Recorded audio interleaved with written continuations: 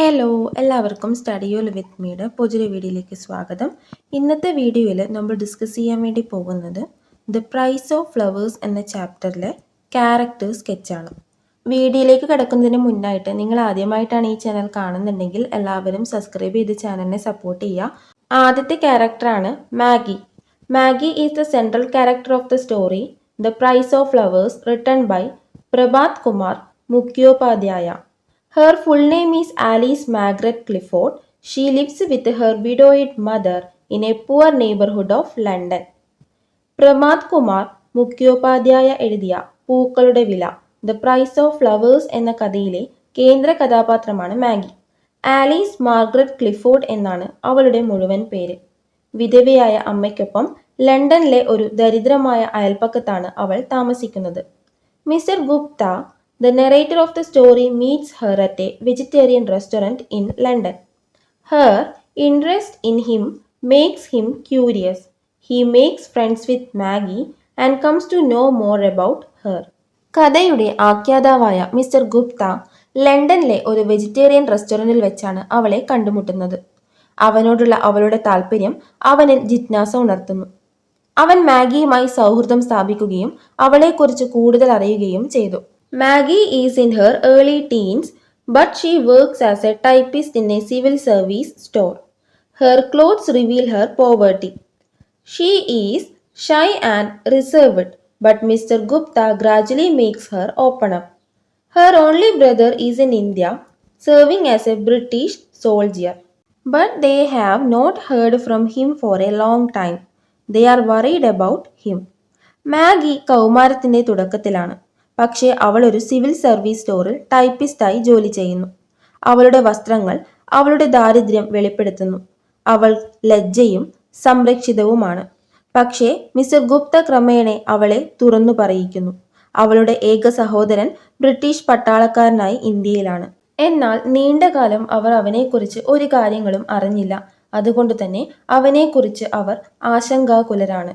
During their conversation, Mr. Gupta asks her whether she likes her work.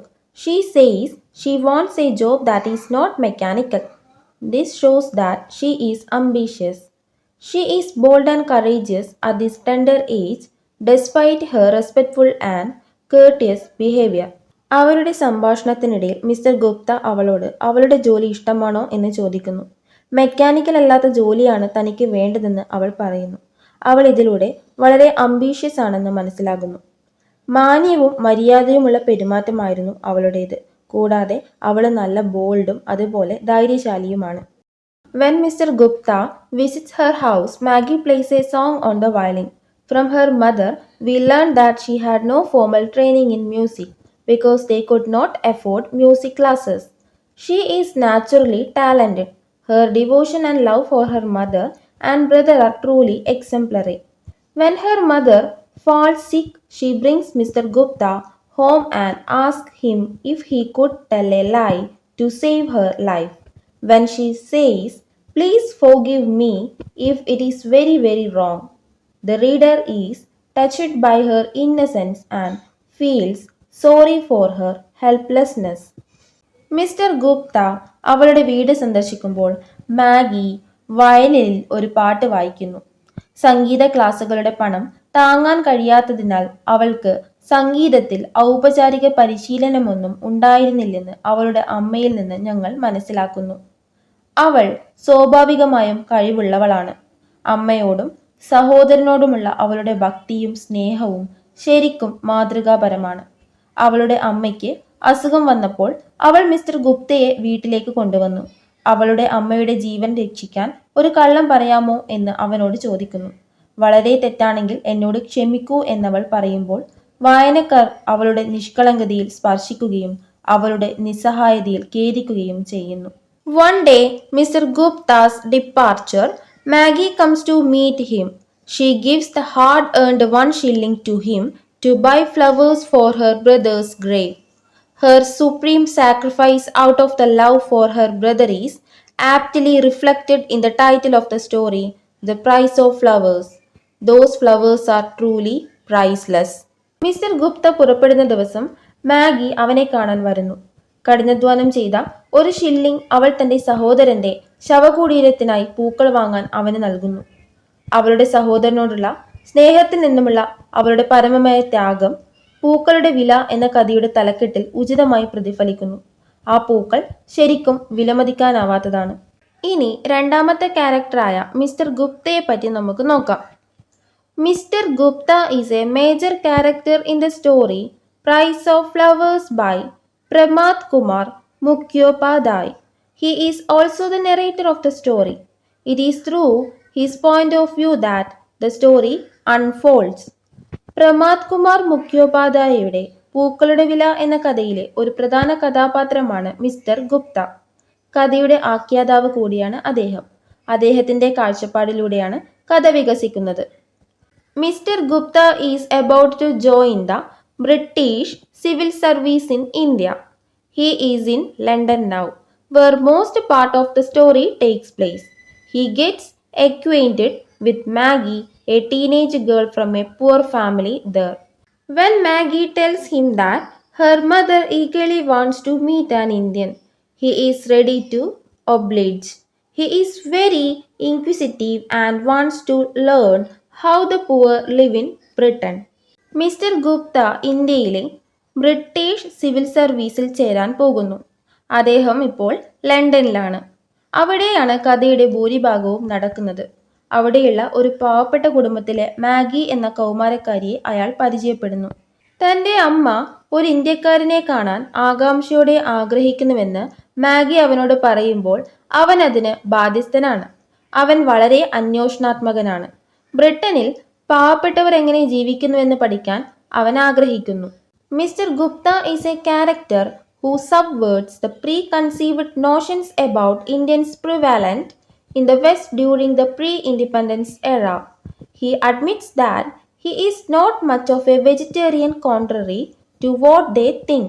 He is less superstitious than his Western counterparts and has a better scientific temperament. When Mrs. Clifford shows him the ring with the crystal stuck on it, he knows that it is nothing much, but he doesn't want to shatter their faith by openly starting it. സ്വാതന്ത്ര്യത്തിന് മുൻപുള്ള കാലഘട്ടത്തിൽ പടിഞ്ഞാറൻ രാജ്യങ്ങളിൽ നിലനിന്നിരുന്ന ഇന്ത്യക്കാരെക്കുറിച്ചുള്ള മുൻധാരണകളെ അട്ടിമറിക്കുന്ന ഒരു കഥാപാത്രമാണ് mister Gupta. അവർ ചിന്തിക്കുന്നതിന് വിരുദ്ധമായി താനൊരു സസ്യാഹാരിയല്ലെന്ന് അദ്ദേഹം സമ്മതിക്കുന്നു. അവൻ തന്റെ പാശ്ചാത്യ എതിരാളികളേക്കാൾ അന്ധവിശ്വാസം കുറവാണ്. മികച്ച ശാസ്ത്രീയ സ്വഭാവവുമുണ്ട്. ക്രിസ്റ്റൽ പതിപ്പിച്ച മോതിരം മിസ്സിസ് ക്ലിഫോർഡ് കാണിക്കുമ്പോൾ അതൊന്നും കാര്യമില്ലെന്ന് അവനറിയാം. പക്ഷേ അത് തുറന്നു പറഞ്ഞ് അവരുടെ വിശ്വാസം തകർക്കാൻ അവൻ ആഗ്രഹിക്കുന്നില്ല. The compassionate nature of Mr. Gupta is evident when he visits the sick mother. He is ready to tell a lie for saving her life, even though it is against his ethics. He is also takes pains to go to India House and makes inquiries about Frank, Maggie's brother, about whom there is no information for a long time. Assuming the role of the absent brother, Mr. Gupta even takes Maggie to a zoo, which makes her really delighted. രോഗിയായ അമ്മയെ സന്ദർശിക്കുമ്പോൾ ഗുപ്തയുടെ ദയനീയമായ സ്വഭാവം പ്രകടമാണ്. തന്റെ ധാർമ്മികതയ്ക്ക് വിരുദ്ധമാണെങ്കിലും അവളുടെ ജീവൻ രക്ഷിക്കാൻ കള്ളം പറയാൻ അവൻ തയ്യാറാണ്. വളരെ കാലമായി ഒരു വിവരവുമില്ലാത്ത മാഗിയുടെ സഹോദരനായ ഫ്രാങ്കിനെ പറ്റി അന്വേഷിക്കുവാനും ഇന്ത്യ ഹൗസിൽ പോകുവാനും അദ്ദേഹം കഠിനമായി പരിശ്രമിക്കുന്നു. മാഗിയുടെ സഹോദരന്റെ ഒരു വിവരവുമില്ലാത്തതുകൊണ്ട് തന്നെ ഗുപ്ത മാഗിയുടെ സഹോദരന്റെ റോൾ ഏറ്റെടുക്കുകയും മാഗിയെ മൃഗശാലയിലേക്ക് കൊണ്ടുപോകുകയും ചെയ്യുന്നു. അത് അവളെ ശരിക്കും സന്തോഷിപ്പിക്കുന്നു. During the final meeting with Maggie, just before his departure, he proves to be most sensible and sensitive when he decides to accept the 1 shilling from Maggie.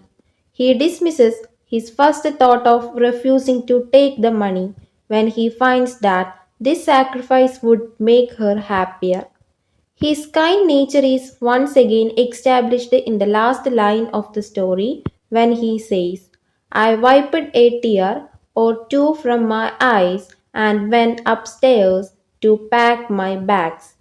മാഗിയുമായുള്ള അവസാന കൂടിക്കാഴ്ചയിൽ പുറപ്പെടുന്നതിന് തൊട്ടു മുൻപ് മാഗിയിൽ നിന്ന് ഒരു ഷില്ലിംഗ് സ്വീകരിക്കാൻ തീരുമാനിക്കുമ്പോൾ അവൻ ഏറ്റവും സെൻസിറ്റീവ് ആണെന്ന് തെളിയിക്കുന്നു. ഈ ത്യാഗം അവളെ കൂടുതൽ സന്തോഷിപ്പിക്കുമെന്ന് കണ്ടെത്തുമ്പോൾ പണമെടുക്കാൻ വിസമ്മതിക്കുന്നതിനെക്കുറിച്ചുള്ള തന്റെ ആദ്യ ചിന്ത അവൻ നിരസിക്കുന്നു. ഞാൻ എൻ്റെ കണ്ണിൽ നിന്ന് ഒന്നോ രണ്ടോ കണ്ണുനീർ തുടച്ചു. എൻ്റെ ബാഗുകൾ പാക്ക് ചെയ്യാൻ മുകളിലേക്ക് പോയി എന്ന് കഥയുടെ അവസാന വരിയിൽ അദ്ദേഹത്തിന്റെ ദയനീയ സ്വഭാവം ഒരിക്കൽ കൂടി കാണിച്ചു തരുന്നു. ഇനി നമുക്ക് മൂന്നാമത്തെ ക്യാരക്ടറായ മിസ്സിസ് ക്ലിഫോർഡിന്റെ ക്യാരക്ടർ സ്കെച്ച് നോക്കാം. Missus Clifford is the mother of Frank and Maggi.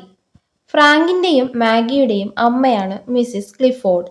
She is a well mannered lady. അവൾ നല്ല പെരുമാറ്റമുള്ള ഒരു സ്ത്രീയാണ്.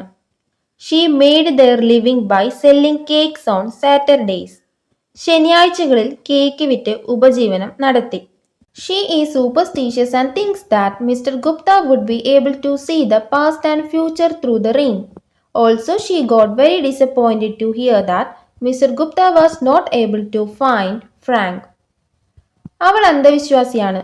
മിസ്റ്റർ ഗുപ്തയ്ക്ക് ഭൂതവും ഭാവിയും കാണാൻ മോതിരത്തിലൂടെ കഴിയുമെന്ന് അവൾ കരുതി. കൂടാതെ മിസ്റ്റർ ഗുപ്തയ്ക്ക് ഫ്രാങ്കിനെ കണ്ടെത്താനായില്ലെന്ന് കേട്ടപ്പോൾ അവൾ വളരെ നിരാശയിലായി. Her concern for Frank clearly shows her love for him. She was very much disturbed when there was no news from him. She urged Mr. Gupta to go to the Indian house to enquire about Frank.